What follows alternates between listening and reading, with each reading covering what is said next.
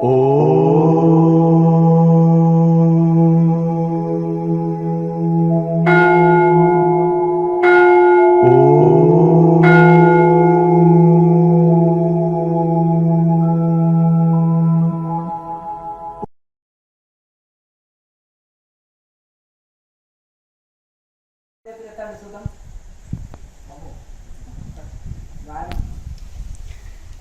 Maintenance ఎక్కువ కదా, ఒక మంచి ఖర్చు వస్తుందంట. అవునా? ఒక ఆయన లండన్ నుంచి వచ్చిండ్రి ఋషికేశ్లో నేను ఉన్నప్పుడు. లండన్కి వెళ్ళి ఆ వృద్ధురాలికి 85 సంవత్సరాలు. ఆమె పేరు ఇండియా పేరు ఉమాగిరి మాతాజీ. ఆమె సన్యసించింది. 30 years ఎక్స్పీరియన్స్ ఇండియాలో. మా దగ్గర లండన్లో అక్కడ కొన్ని రోజులు, ఇక్కడ కొన్ని రోజులు ఉంటానని చెప్పింది. ఆమె సన్యసించింది. అక్కడ ఐసు పడ్డప్పుడు అక్కడ ఉండలేము, మొత్తం ఐసుమయం అవుతుంది, 6 నెలలు అక్కడ 6 నెలలు ఇక్కడ ఇండియాలో ఉంటా అని చెప్పింది. అప్పుడు నేను పెద్దగా పట్టించుకోకపోతుంది వాళ్ళని. పక్కన వాళ్ళతో చెప్తుంటే నేను విన్నది. అంటే అక్కడ చాలా మెయింటెనెన్స్, కుక్కలు పిల్లులు పెంచుకోవాలంటే అని చాలా ఖర్చు అవుతుంది, దానికి ఇట్లా గోర్లు కట్ చేయాలంటే వాడు $300 ఏమో తీసుకుంటాడు అని అంటుంది. దానికి చాలా ఎక్కువ ఖర్చు వస్తుంది, అందుకని మేము పెంచము అని. ఇంకా అది పెంచాలంటే చాలా మెయింటెనెన్స్ వస్తుందండి. అయితే మెయిన్ ఏంటంటే మీ కుక్కల పేర్లు ఏం పెట్టుకుంటారు?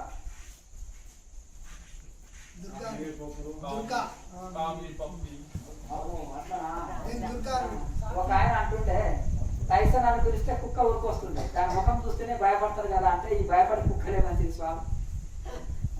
దీన్ని మైసూరులో తీసుకొచ్చిన ఇంత కుక్క పిల్ల 25,000, ఇంకొక ఆయన ₹1,00,000 తెచ్చిన ఇంత కుక్క పిల్ల. దానికి మరి ఒక మనిషి మెయింటెనెన్స్ ఉంటుంది. అంటే సామాన్యులు ఒక ఫ్యామిలీ జీవించవచ్చు కుక్కకు పిల్లికి ఉండే ఖర్చు. అయితే అది సమస్య కాదు. కానీ అదే ఫారినర్స్ ఒక యువకుడు ఆశ్రమ నెంబర్కు వాట్సాప్లో మెసేజ్ పెట్టాడు, మా శివ ఈరోజు మోక్షం పొందాడని. మరి ఎందుకు ఏడుస్తున్నావు మీ శివ మోక్షం పొందితే అంటే, నేను ఒంటరినేనని ఫీల్ అవుతున్నాను. శివ అంటే కూడా మీ ఫ్రెండా అంటే, లేదు మా కుక్క అంటుంది. అంటే మరి ఎందుకు ఏమైందంటే, కొంచెం తుంటది, కార్లని చేజింగ్ చేస్తాడు. కార్లు ఉంటాయి కదా, కార్లని కూడా మొత్తం దాటేసి వెళ్తుందంట. అట్లా ఇది పరిస్థితి. మరి వారి కుక్కల పేర్లు కూడా అలా పెట్టుకుంటున్నారు. అలాగే మీ ఆశ్రమం కుక్క బాగుందా? భైరవ్ అంటే భైరవ్ కూడా మోక్షం పొందిందని చెప్పి, భైరవ్ కూడా మోక్షం వచ్చేసింది. ఇక్కడ ఒక భైరవ్ అని పెట్టిండ్రు, వాళ్ళే పెట్టిండ్రు ఇక్కడ ఉండే కుక్కకి. అట్లా ఆ విధంగా మరి మనం ఏమంటే మా కుక్క చచ్చిపోయిందని ఏడుస్తాం, మా కుక్కకు మోక్షం వచ్చింది అంటున్నారు వాళ్ళు. ఇది పరిస్థితి. ఎందుకంటే వాళ్ళు, మీరు జస్ట్ యూట్యూబ్లో రెయిన్బో స్పిరిచువల్ పీపుల్స్ అని కొట్టండి, ఏ దేశంలో ఎన్ని లక్షల మంది ఫారిన్ యూత్ ఆధ్యాత్మిక మార్గంలో ఉన్నారో మీకు తెలుస్తుంది. వీళ్ళు కాకుండా నార్మల్గా ఎంప్లాయీస్గా ఉండి ఉద్యోగం చేస్తూ ఉండేటోళ్ళు వాళ్ళు వేరే, ఇంకా వాళ్ళు బయటపడరు, కనిపించరు. ఈ క్రియాయోగం చేసేటోళ్ళు, ఉద్యోగం చేసేటోళ్ళు మీరు కనిపించరు. కానీ మొత్తము ఆధ్యాత్మికతకు అంకితమైన వాళ్ళు, మొత్తంగా వీళ్ళు ఆధ్యాత్మికమే. క్యాంప్ వేసిండ్రంటే ఒకసారి 5,000 మంది 10,000 మంది. ఏది ఐస్ మౌంటైన్ ఉంటే, లేకపోతే ఇంకా ఏదన్నా పెద్దగా నది ఉంటే, ఐర్లాండ్ ఉంటే ఇంకా కబ్జా పెట్టి పడేస్తారు. ఇక మొత్తం వాళ్ళే 2 నెలలు మొత్తము అక్కడ ఇంకేం ఉండదు. ఫోన్లు వాడద్దు, ఏది వాడద్దు. అక్కడ ఒక వెలుగు రాత్రంతా సాధువులు దుని వెలిగించుకుంటారు చూడండి, అలా దున్ని వెలిగించుకొని ఇంకా వాళ్ళు రకరకాల వాయిద్యాలు, ఒక నాదస్వరం ఊదుతారు. నాదస్వరం అంటే ఉంది కదా, పాముకు ఊదుతారు కదా, నాదస్వరము, ఫ్లూటు, గిటారు, తర్వాత ఇలా కొడతారు కదా గది గది, చిన్న చిన్న వాళ్ళ వేరే ఉంటాయి మ్యూజిక్ ఐటమ్స్. కొన్ని రకరకాల ఐటమ్స్ తోటి, తన్మయత్వంతో భజనలు చేస్తారు వాళ్ళు రాత్రిళ్ళు. మళ్ళీ తర్వాత యోగా చేసేటోళ్ళు, ధ్యానం చేసేటోళ్ళు వాళ్ళు కూడా ఎంతో మంది వచ్చేసి ఇక్కడ క్లాసులు ఇస్తున్నారు. చాలా యోగా క్లాసులు, క్యాంపులు ఏర్పాటు చేసుకుంటారు.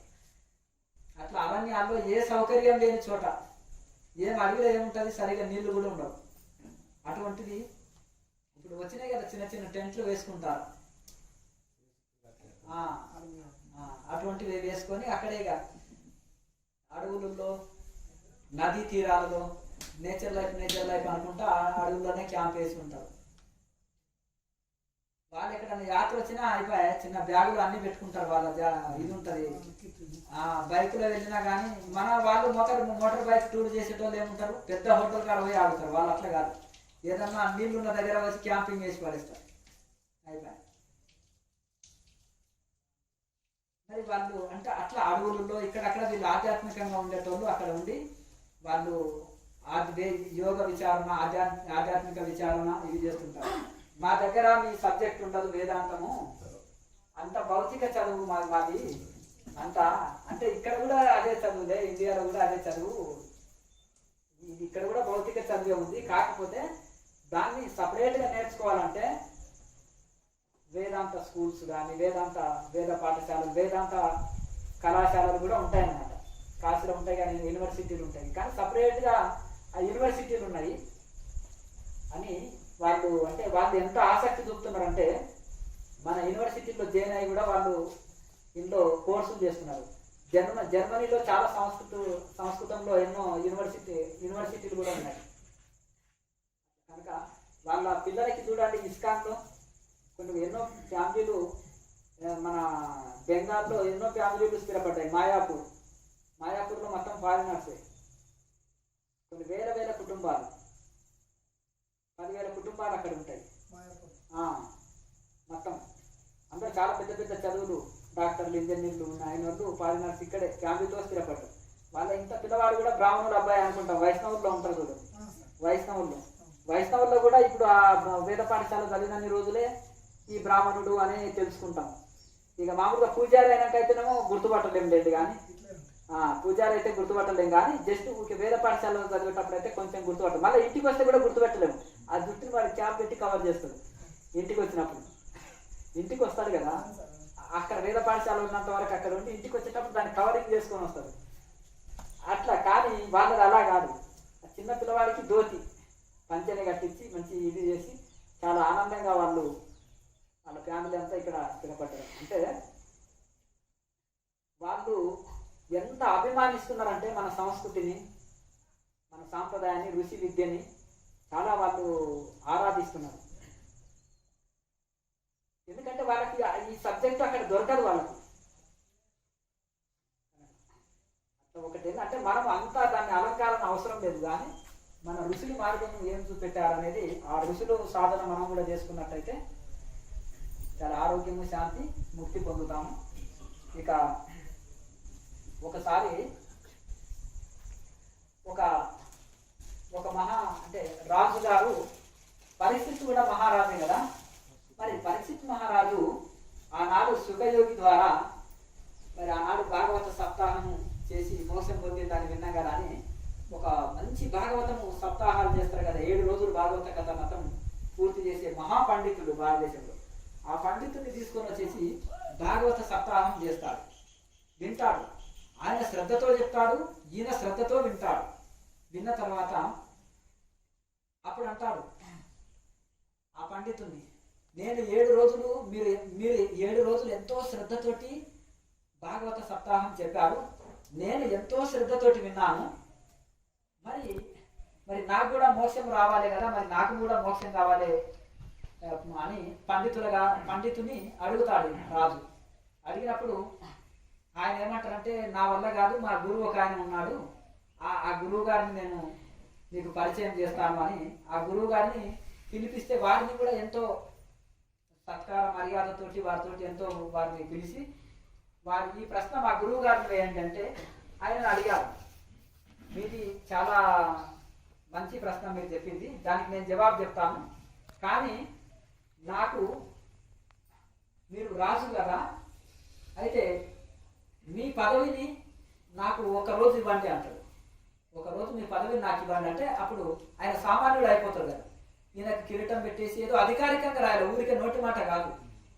అప్పుడు ఆనాడు రాజు మీద ఈయనని రాజు చేస్తున్నా నా తదనంతరం అని రాస్తారు కదా. ఆ రాసి కిరీటం ఇచ్చి ఆయన సింహాసనం మీద కూర్చొని వీళ్ళు కింద కూర్చున్నారు. అప్పుడు ఆయన అంటాడు, వెంటనే పిలిచి ఈ పండితుడు ఉన్నాడు కదా, ఈ పండితుడిని ఈ రాజుని ఇద్దరిని తీసుకుపోయి జైల్లో పెట్టండి అంటాడు. ఇద్దరిని జైల్లో పెట్టేసి అన్నట్టు. ఇద్దరిని జైల్లో పెట్టిన తర్వాత ఈయన రాసేయండి కదా, ఇంక ఈయన ఆజ్ఞ ఇప్పుడు ఇంకా ఏదైనా జరుగుతుంది కదా, ఒకరోజు సీఎం చేసినా కానీ ఆ ఒక్కరోజు ఏమైనా చేయొచ్చు కదా. కనుక ఇంకా ఈయన ఇద్దరిని తీసుకొని వెళ్ళి జైల్లో పెట్టిన తర్వాత అప్పుడు పండితుడు అంటాడు, నువ్వు రాజు ఖైదీ అయింది కదా, ఆయనని విడుదల చేయి, రిలీజ్ చేయి అంటాడు. అయ్యో నన్ను అదే బందికానలో వేసి లాక్ చేసి పెట్టారు, నేను ఆయన పక్క బందికానలో ఉన్నాడు, నేను బంధించబడి ఉన్నాను స్వయంగా, ఆయన నేను ఎట్లా రిలీజ్ చేస్తాను? నేను బయటికి వస్తేనే కదా ఆయన నేను రిలీజ్ చేయగలుగుతాను. నేను ఆల్రెడీ ఇందులో బంధించబడ్డాను, ఆయన పక్క దాంట్లో బందికానలో బంధించబడ్డాడు, ఆయన నేను ఎలా రిలీజ్ చేయగలుగుతాను? నా దగ్గర తాళం చేయి ఉందా? నా దగ్గర తాళం వేసి నేనే తాళమే అదే నేనుండే రూమ్ గదికే తాళం వేసి ఉంది, నేను ఎలా రిలీజ్ చేయగలుగుతాను అన్నప్పుడు అప్పుడు ఈయన ఈ యొక్క ఒక ఆత్మజ్ఞాని అయిన ఒక ఋషి ఆయన అంటున్నాడు, స్వయంగా బంధించబడిన వాడు ఇతరులని బంధ విముక్తిని చేయలేడు. అంటే స్వయంగా జైల్లో ఉన్నవాడు ఇంకొకరిని రిలీజ్ చేయలేడు కదా, అలాగే స్వయంగా బంధ విముక్తుడైన వాడు, ఆత్మ స్వరాజ్యంలో ఉన్నవాడు, ఒక ఆత్మజ్ఞాని అయిన వాడు ఇతరులకు కూడా మోక్ష మార్గం చూపెట్టగలుగుతాడు అని అప్పుడు రాజుకు ఈయన ఈ యొక్క ఋషి చెప్తాడు. చెప్పిన తర్వాత సుఖయోగి ఎటువంటి వారంటే ఆయన గొప్ప ఆత్మజ్ఞాని ప్లస్ బంధ విముక్తుడు, ఆత్మ స్వరాజ్యంలో ఆయన విహరించేవాడు, సుఖయోగి అవధూత ఆయన. అయితే ఈయన పుణ్యం కొద్దీ ఆయన లభించాడు, సుఖయోగి పుణ్యం కొద్దీ ఆయన లభించాడు. ఆ సమయానికి ఈయనలోని శ్రద్ధ, ఈయనలోని పట్టుదల, ఆయనలోని కరుణా కటాక్షం ఈ రెండు అక్కడ కలిసి ఆ విధంగా జరిగిపోయింది. కనుక అటువంటి స్వయంగా బంధ విముక్తుడైన ఒక ఆత్మజ్ఞాని అది కలిగించగలుగుతాడు, సామాన్యుల వల్ల మాత్రం కాదు అని దాన్ని యొక్క అర్థం అన్నమాట. కనుక ఎందుకు ఇది చెప్పవలసి వచ్చింది? ఈ కథ దేనికోసం చెప్పవలసి వచ్చింది అంటే ఒక జ్ఞాని అయి ఉంటేనే ఇంకొకరికి బోధించగలరు, విముక్తి అయి ఉంటుంది. అదట్లే పేషెంట్ ట్రీట్మెంట్ చేసుకోలేడు, టీచరు స్టూడెంట్ పాఠాలు చెప్పగలుగుతాడు, స్టూడెంట్ అదే అర్థం. ఇప్పుడు అది కరెక్టే. అయితే ఇంకొకటి ఏంటిదంటే ఇప్పుడు స్వయంగా కూడా వారం రోజులు 2 రోజులు క్యాంపులు చేసేసి వాట్సాప్లో పెట్టేసి 20,000 కోర్సు 10,000 కోర్సు అని పంపిస్తుంటారు చూడండి. ఫోన్ డైరెక్ట్ మాట్లాడాలి, ఎందుకంటే క్లాస్ బిగుతారు వీళ్ళు, సామాన్యుడు కాదు, మెసేజ్ అంటే డిలీట్ చేస్తారు కానీ. అయితే ఆ విధంగా ఇది చాలా మంది యువకులు చెప్తుంటారు, వామ్మో ఒక 20-30 యూట్యూబ్ ఛానళ్ళు ఉన్నావో, లేకపోతే కొన్ని టీవీల్లో కూడా ఉంటాయి కదా, పెద్ద టీవీలో కూడా ఇంటర్వ్యూ ఇచ్చి కొద్దిగా పేరు వస్తుంది కదా, కొన్ని పేరు రావడం ఇది చేసినప్పుడు అది చూస్తే ఇట్లా జరిగింది స్వామి అంటే ఒక సాఫ్ట్వేర్ యువకుడు నెల్లూరులో ఉండే. సాఫ్ట్వేర్ యువకులు పడిపోతారు కదా, ఏమైందంటే ఆ యువకుడు అంతా మీకు నేను 2 ఇంతలు 3 ఇంతలు శాలరీ ఇస్తానని వాళ్ళు మీ పాపం 2-3 సంవత్సరాలు ఫ్రీగా చేయించుకున్నాడు ఉద్యోగం. షూ కాలు మీద కాలేసుకొని షూ వేసుకుంటాడు కదా, ఆ షూ మీద పాలాభిషేకం చేయించుకున్నాడు. షూ ఇప్పుడు కాదు, పాదపూజ. ఆయన గురువు వీరి శిష్యుడు గారు పాలాభిషేకం ఎంత పిచ్చోళ్ళని చేసేసాడంటే 400 కోట్లు టోపు పెట్టేశాడు, అమెరికా వెళ్ళిపోయాడు. అర్థమండి ఇది పరిస్థితి. ఇప్పుడు అంటే స్వయంగా బంధంలో ఉన్నవాడు ఇతరుల బంధము అతను బంధిలో ఉన్నాడని తెలియదు కదా. ఇప్పుడు ఇన్స్టిట్యూట్లు అనేటివి, ఇప్పుడు ఈ యొక్క ధ్యానం సెంటర్స్, యోగా సెంటర్స్ అనేటివి ఇప్పుడు ఇట్లా మారిపోయినాయి, కమర్షియల్గా డబ్బుల కోసం పనిచేసేటివిగా మారిపోయినాయి. ప్లస్ స్వయంగా బంధంలో ఉన్నవాళ్ళు వీళ్ళు. ఈ పండితుడు ఉన్నాడు, పండితుడు ఆయనకు చెప్పాడు రాజుకు. రాజు ఏమని క్వశ్చన్ వేసిండు, నాకు మీరు ముక్తిని మరి పరీక్షిత్తుకు వచ్చింది కదా, మీరు శ్రద్ధతో చెప్పిండ్రు, నేను శ్రద్ధతో విన్నా, మరి నాకు రావాలని అంటే అప్పుడు అన్నారు కదా, నేను స్వయంగా పండితుడు బంధంలో ఉన్నాడు, అతను బంధం తెంచలేదు. ఇప్పుడు అదే పండితుడు జైల్లో వేసినప్పుడు నేను బందీ ఉన్న ఆయన ఎట్లా రిలీజ్ చేస్తా అన్నాడు కదా, అట్లా కనుక బంధ విముక్తిలో ఉండే గొప్ప గొప్ప ఋషులు ఇప్పటికి కూడా హిమాలయాల్లో ఉన్నారు. వాళ్ళు ఏదో గురూజీలమనో లేకపోతే యోగులమని కూడా చెప్పుకోరు. నేను పిచ్చోన్నయ్యా గుండు కింద కూర్చున్నాయి రాయి కింద, నా దగ్గరకు వస్తారు, నా దగ్గర ఏముంది, ఇంకొక పెద్ద ఆసనం కట్టుకున్నాడు కూడా పెద్ద స్వామిని పంపిస్తారు. ఇంకా నేను వదిలించుకుంటే చాలు, నేను వదిలించుకుంటే చాలు. ఒక ఆయన కూర్చుంటాడు చెట్టు కింద. నేను ఏం చెప్పిన అంటే ఆయన ఏ ప్లేస్లో కూర్చున్నాడు ఏది అనేది కొంచెం పరిచయం చేసి చెప్పాలయ్యా అని అంటే, మామూలుగా ఫోటో తీసుకుంటే వీడియో తీసుకుంటే ఏమన్నాడు, ఇంకో ఈయన ఒక అవధూత చూడు చెట్టు కింద కూర్చున్నాడు అని నేను చెప్పినందుకు ఒక యువకుడు అలా తీసుకుంటే, నేను పిచ్చోన్ని బువ్వ కోసం ఇక్కడ కూర్చున్నాను, నన్ను అవధూత అంటున్నాడు, నమ్మకండి అంటున్నాడు. చూసారా? అట్లా ఈ విధంగా అతను వీడియో తీస్తుంటే పలికిన మాటలు ఇది పరిస్థితి. అంటే వాళ్ళు మరుగుపరుచుకొని వాళ్ళని పిచ్చోళ్ళ దాకా వాళ్ళకి వాళ్ళే బోర్డు వేసుకుంటున్నారు. ఎందుకు? ఆ గజిబిజి మాకు అక్కర్లేదని. ఇప్పుడు ఈ విధంగా కనుక గొప్ప గొప్ప మహానుభావులు అంటే అందుకని స్వయంగా బంధంలో ఉన్న వాళ్ళని మన బంధాన్ని తెంచలేదు కనుక గుర్తుపట్టడం ఏంటిదంటే నేను ఒకటి మీకు ఐడియా ఇచ్చినాను కదా. అట్లా ఇంకొకటి ఆత్మజ్ఞానికి గుర్తు ఒకటి ఏంటిదంటే నిష్కామ కర్మ చేయగలుగుతాడు. నిష్కామ కర్మ వివేకానంద స్వామి ఎవరికైనా క్లాసులు ఇస్తే ఫీజులు తీసుకున్నాడా? పరమహంస యోగానంద తీసుకున్నాడా? లేదు కదండి. లేకపోతే స్వామి దయానంద సరస్వతి వేద పాఠశాలలు ఎన్నో పెట్టాడు. భారతదేశంలో 5,000 పాఠశాలలు పెట్టాడు మహానుభావుడు. కుల మతాలకు అతీతంగా వేదం ప్రతి ఒక్కరు వేదం చదవచ్చు. వేదం ఒక సొమ్ము కాదు, ఇది దేవుడి సొమ్ము, దేవుడి బిడ్డలమైన మన అందరి సొత్తు, ఇది చదవండి అన్నాడు. అర్థమైంది కదా. మా గురువు నాకు మంత్రోపదేశం చెప్పాడు, ఇది జపం చేస్తే మోక్షం పొందుతారంట, ఇది ఎవరు చెప్పినా నరకం పోతావని మా గురువు నాకు శాపం పెట్టాడు. నేను ఒక్కరిని నరకం పోయినా మీరు అందరూ స్వర్గం పోతారు కదా, రాండి చెప్తాను అని ఆయన గోపురం ఎక్కి రామానుజాచార్యులు అష్టాక్షరి మహామంత్రాన్ని చెప్తారు గురువు చేత ఉపదేశం పొందిన వెంటనే. అంటే మరి ఇప్పుడు ఆయన పరంపరలో ఉన్న వాళ్ళు ఎంత విశాల హృదయంలో ఉన్నారో మీరు ఆలోచన చేయండి. మారవాడు ఆయన కనకదాసుకు మొదలు తీర్థప్రసాదాలు ఇచ్చేది, ఈ బ్రాహ్మణ పండితుల కంటే ఈయనకే భక్తి ఎక్కువ ఉంది అని లాస్ట్ కాళ్ళకి ఇచ్చేవాడు. ఎందుకో గురువు గారు మమ్మల్ని మేము ఆనాడు చాలా చాందస్తం ఎక్కువ ఉన్నది కదా, మరి మేము ఇంత గొప్ప బ్రాహ్మణ వేద పండితులను మారవాడైన కనకదాసుకు మొదలు తీర్థప్రసాదాలు ఇచ్చి మాకు లాస్ట్కి ఇవ్వడము చివరికి ఇవ్వడం గల కారణం ఏందో అడిగే ధైర్యం లేక ఒకసారి తీర్థప్రసాదాలకు వెళ్లకుండా కొంచెం కూర్చున్నారు. ఈ బ్రాహ్మణ పండితులు ఎందుకు రాలేదో ఆయన విచారణ చేస్తే ఏదో కొంత సందేహం అంతా గురువు గారి చేత ఆ సందేహం తీర్చుకున్నాక వస్తారంట అంటే, అప్పుడు ఏంటి నాయన మీ సందేహం అంటే, చదువు రాని మేకలు కాసుకునే మాలవాడు అయిన కనకదాసుకు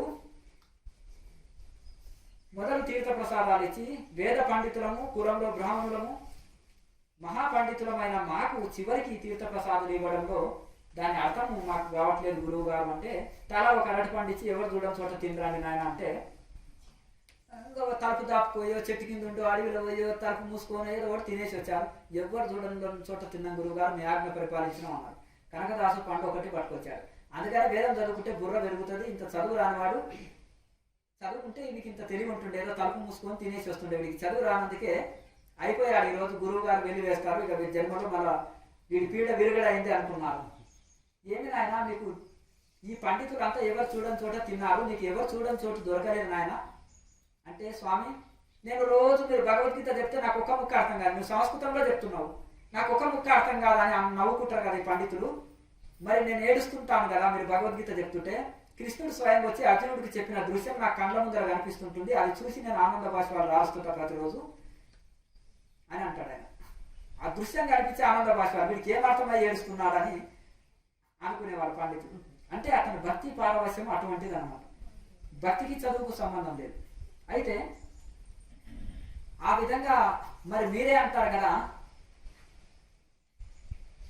అర్జునుడు వెనక నమస్కారం ముందు నమస్కారం కింద నమస్కారం అన్ని అంటాడు కదా, ఎందుకంటే విశ్వరూప సందర్శన యోగంలో మొత్తం ఆయనకు అన్ని కన్నులు ఉంటాయి కదా, అన్ని తలలే కదా, మరి అంత వర్ణిస్తుంటాడు. అది 11వ అధ్యాయంలో మొత్తం వర్ణన చేసినప్పుడు ఆయన శరీరం బ్రహ్మాండం అంతా నిండిపోయింది, అంతటా ముఖాలు అంతటా కళ్ళు అంతటా ఇవి ఉన్నాయి, మరి అంతటా నమస్కారం అంటున్నాడు కదా అర్జునుడు. విచిత్రంగా ఉంటుంది ఆ ప్రార్థన. మరి స్వామి మరి ఆయనకు సీసీ కెమెరాలు పెట్టినట్టు అంతటా కళ్ళు ఉన్నప్పుడు మరి నేను అరటిపండు తినేది కూడా తల మూసుకొని తిన్న భగవంతుడు మరి నాకు కెమెరా పెట్టాడు కదా, చూస్తుంటాడు కదా ఆయన కళ్ళు తప్పి నేను ఎలా తినగలను స్వామి, మీరే చెప్పండి గురువు గారు అన్నారు. ఇది చూడు భక్తి అంటే, భగవంతుడు అనేవాడు మనల్ని ప్రతి కదలికని అబ్జర్వ్ చేస్తున్నాడు. ఆయనని కళ్ళు తప్పి తినలేను, గురువు గారేమో ఎవరు చూడని చోట తినమన్నాడు, మరి భగవంతుని కళ్ళు తప్పి నేను ఎలా తినగలను అనేది కనకదాసు యొక్క సందేహం. అందుకనే ఈ సందేహంలో పడి నేను తినకుండా ఈ పండు తీసుకొని వచ్చేసినాను గురువు గారు అంటారు. ఇక వాళ్ళేమో ఒకరేమో నీళ్ళకి వెళ్ళి లోపలికి మునిగి అరటిపండు టకా దీన్ని బయటకు వచ్చినాను స్వామి. ఆయన ఒక ఆయన చెట్టు ఎక్కి పెద్ద చెట్టు కొమ్మల్లో పైన కూర్చొని ఆకులు గుబూరుగా ఉంటాయి కదా మర్రి చెట్టు, అక్కడ తిన్నాను గురువు గారు. ఇక వాళ్ళ వీర ప్రతాపం, ఓహో నేను గుహలోకి వెళ్ళినాను, నేను తలుపు వేసుకున్నాను, ఇవన్నీ వాళ్ళు చెప్తున్నారు. ఈయనకి మీకు తేడా ఇదే నాయన అని చెప్పారు. కనుక అంత ఆ విధంగా ఆ భక్తి పారవశ్యం అంత ఉంది. అందుకని అతని భక్తికి నేను ప్రాధాన్యత ఇస్తా కానీ కులానికి కాదు, చదువుకు కాదు, ఇంకా దీనికి కాదు నాయన అని చెప్పారు. ఈయన కూడా కబీర్ కూడా రామానంద స్వామి శిష్యుడిగా చేర్చుకుంటే ఈయన కూడా చాలా సమస్యలు వచ్చినాయి. కబీర్ కూడా ఒకసారి కుండని బయట తోమి లోపల తోముకుంటుంటాడు. వీళ్ళ హృదయం లోపల తోమని కుండలాగా ఉంది, పైన మాత్రం బాగా తిలకాలు అలంకారం చేసుకొని ఉంటారు. పైన తోమిన కుండలాగా శరీరాన్ని మాత్రం నామాలు పెద్ద పెద్ద నామాలు పెట్టి 3 సార్లు స్నానం చేస్తారు, 3 సార్లు నామాలు దిద్దుతారు. వీళ్ళ హృదయం మాత్రం కడగని కుండలాగా ఉంటుంది. కడగని కుండలో ఉంటే చేస్తే చెడిపోతుంది కదా గురువు గారని ఒకసారి నిజంగా కూడా కుండ లోపల కడగకుండా పైన మంచిగా తోమి నామాలు పెట్టి గురువు గారిని చూపిస్తాడు. ఆయన ముందర ఆయన సరిగా ఇది చేస్తలేడు, ఇతన్ని పంపించాలని వాళ్ళు ఎన్నెన్నో ప్లాన్ చేస్తారు. కనుక ఈ విధంగా గురువులేమో ప్రతిదీ గమనిస్తుంటారు. వాళ్ళు భక్తి శ్రద్ధలు ఇవి చూస్తుంటారు. పూర్వకాలంలో చరిత్రలో నిలిచిన మరి ఎవరైనా సరే ఈ భక్తి శ్రద్ధ సాధనతోటి వాళ్ళు ఈదొచ్చారు. ప్రతి కులమతాలకు అతీతంగా ప్రతి కులంలో స్త్రీలు పురుషులు గొప్ప గొప్ప వాళ్ళు ఉన్నారు.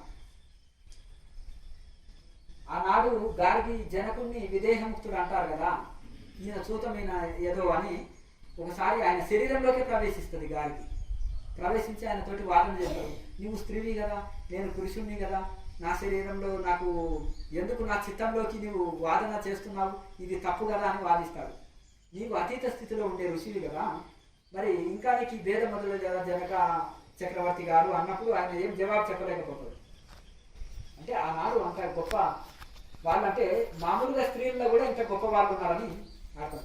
ఆనాడు మగాలస కూడా జోర పాఠంలోనే పిల్లలకి బ్రహ్మజ్ఞానం నేర్పింది.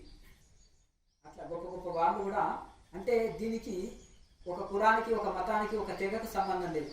పురుషులే సాధిస్తారు, స్త్రీలే సాధిస్తారు. చిన్న పిల్లల్లో కూడా దైవ దర్శనం పొందారు. గురువే దైవ దర్శనం పొందలేని వాళ్ళు ఉన్నారు.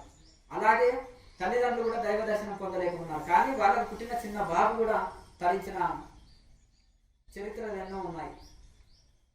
రోజు ప్రసాదం పెడితే భగవంతుడు తల్లిదండ్రులు స్వీకరించారు. తల్లిదండ్రులు ఊరికి వెళ్ళినప్పుడు ఆ పసిబాబు మా తల్లిదండ్రులు పెడితే తింటున్నావు కదా, మరి ఊరికి వెళ్ళారు మా అమ్మ నాన్న, ఈరోజు నువ్వు తినకపోతే మా అమ్మ నాన్న నన్ను దండిస్తాడు, నువ్వు తిన్నదాకా నేను విడవనని ఆ బాబు బాగా ఘోరంగా రోధిస్తుంటే స్వయంగా భగవంతుడు పరమేశ్వరుడు వచ్చి ఆ ప్రసాదాన్ని స్వీకరించిన కథలు ఎన్నో ఉన్నాయి. తల్లిదండ్రులు నీవే తిని ఇలా నాటకాలు ఆడుతున్నామని కొన్ని కొడతారు కూడా ఆ బాబుని. తర్వాత మళ్ళీ 2వ రోజు దైవ ప్రార్థన చేస్తే స్వయంగా పరమేశ్వరుడు వచ్చి ప్రసాదం స్వీకరిస్తారు. అంటే ఇక్కడ భక్తి ప్రధానం. చిన్నపిల్లవాడ పెద్దవాడ ఎంత చదువు చదువుకున్నాం అనేది కూడా ఇక్కడ 4 వేదాలు వచ్చానికి అనేది కూడా అనవసరం. భావప్రియుడు భగవంతుడు, వస్తుప్రియుడు మానవుడు. గిఫ్ట్ ఇచ్చింది అనుకో మానవుడు విలువ కడతాడు. ఏ షాప్లో తెచ్చినావు, దీని మీద స్టిక్కర్ ఏముంది, ఎంత గ్యారెంటీ, ఎంత రేటు కూడా చెప్పేస్తాడు. ఈయన లిస్ట్. భగవంతుడు అది చూస్తాడా? ఏ భావనతోటి ఇచ్చినావు నేను. కృష్ణ భక్తితో అమ్మగారి తన్మయత్వంతో కృష్ణుని వేడుకుంటుంటే ఆమె తక్కువ కృష్ణుడి దర్శనం ఇచ్చే వరకు ఆమె ఏం చేసింది, తొందరలో తొక్క తీసి అదే దాన్ని గుజ్జు తీసి పక్కకు పెట్టి తొక్కని తినిపించినట్టు ఆహా అమృతం అని తినేశాడు. మళ్ళీ అంతర్ధ్యానం అయిపోయిన తర్వాత చూసిన తర్వాత అయ్యయ్యో స్వామికి నేను తొక్కని తినిపించింది, అయ్యయ్యో నా కంగారులు అని మళ్ళీ 2వ రోజు ఆవాహనం చేసి ఎంతో ప్రార్థన చేయగా మళ్ళీ కృష్ణుడు వచ్చేసాడు. ఆమె ఏమనుకుంటుంది, ఈసారి వచ్చినప్పుడు గుజ్జుని తినిపించాలి, తొక్కని పడేయాలి, గుజ్జుని తినిపించాలి, తొక్కని పడేయాలని ఇదే పూజ ఇంకా నాకు మొత్తం అదే పూజ అయిపోయింది. గుజ్జుని తినిపించాలి, తొక్కని పడేయాలి, ఇదే అదే పూజ అయిపోయింది. ఇంకా ధ్యాస అంతా తొక్క తోలు మీదే ఉంది ఆమె. ఇంకా లాస్ట్కు ఉండి వచ్చిన తర్వాత ఆమె గుజ్జుని ఎట్లాగో తినిపించగలిగింది. చేదుకుందని పైకి ఉల్చి వేశాడు. ఏం స్వామి నీకు తొక్కలంటే ఇష్టమా అన్నది. కానీ భక్తి ప్రియుడు భగవంతుడు, భక్తి అంటే ఇష్టమమ్మా, నువ్వు పెట్టే పదార్థంలో కాదు, నీవు ఎంత ప్రేమతోటి ఎంత భక్తితోటి పెడుతున్నావు అనేది ముఖ్యం అనేది అది చూశారు. కనుక ఆ భావం అనేది చాలా ముఖ్యం. ఏ చదువు రాని వాళ్ళు గొప్ప గొప్ప వాళ్ళు ఋషులు అయిపోయింది. ఎట్లయింది? కర్ణాటకలో ఒక ఆయన గొర్రెలు కాసేవాడు.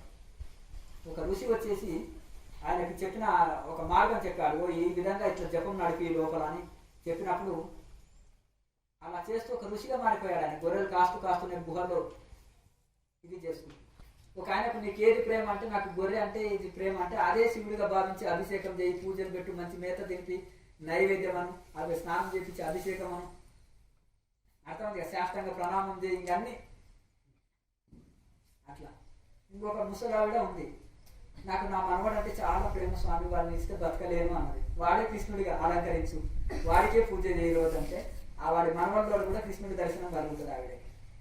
అంటే నీకు ఇంకా భగవంతుడు ఎట్లా అంటే మినహాయించిండు, నీకు ఏది ఇష్ట వస్తువో అందులోనే భగవంతుని చూసి తదేకంగా ధ్యానించు. పతంజలి మహర్షి కూడా చెప్పారు ఈ పరిస్థితి. కనుక ఇక వ్యతిరేకం అయితే మనకు నచ్చదు కదా, నచ్చని పని చేయడానికి ఎంత కష్టం, నచ్చిన పని అయితే ఈజీ కదా.